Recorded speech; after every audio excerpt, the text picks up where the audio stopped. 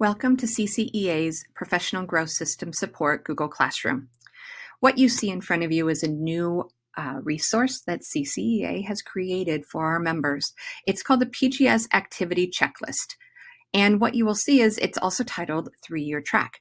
We have two different documents that you can view. The first one is for the 3-year path, which is a teacher or educator who is serving in either a district central office position or somebody who is in a Title I, Tier 3, or non-title school. The other is the 2-year track, which is anyone who is at a Title I, Tier 1, or Tier 2 school, or a special education teacher who is a self-contained teacher. You are always, regardless of the type of school you're at, you're always on a 2-year path. So this document will allow you, first of all, to use it as a planning mechanism.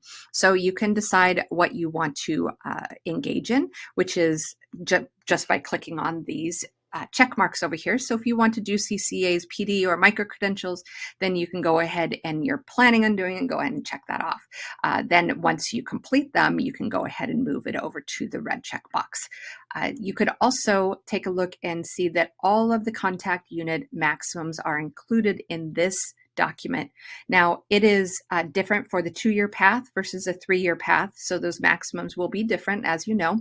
So you will make sure that you use the appropriate checklist, because that will be your responsibility to make sure you're using that.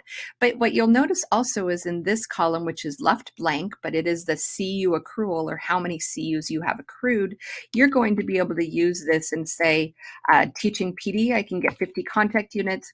I've hit 30. I still have room to go. When I hit to 40, maybe it's going to turn yellow because I'm getting closer to the maximum. And then again, when you hit 50, it turns red because there's no more contact units that you can earn. You'll know that because let's say that I put in 76, it's going to turn gray, saying that none of the contact units above that mark of 50 are going to be able to accrue contact units. So you can save your time and not enter them into this system because they exceed the maximum that will be allocated or awarded to you. I also have a column here for administrator approval needed. If you notice here that there are about a third of the actual items or activities that need to have approval. A lot of you have been just getting approval for every activity. Don't do that. Don't waste your time trying to track somebody down to sign your paperwork if it's not necessarily needed.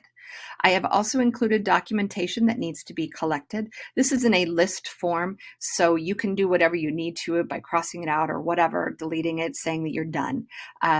There are some other important information that you're going to need to go into, perhaps with the PGS reference guide, because it'll give you more detail about the activities that you are choosing. I also have 3 extra check marks here. One is for you added it to your Google Drive folder, you added it to ELMS, and then the activity was approved in ELMS.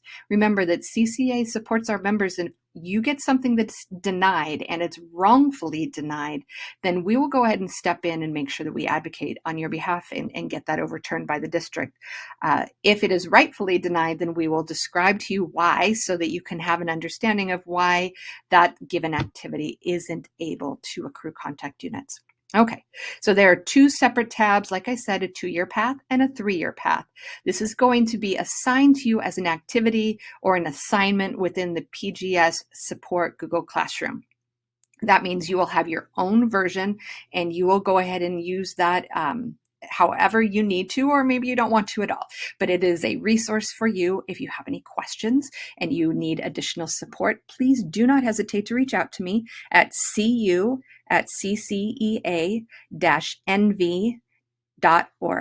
Thanks again.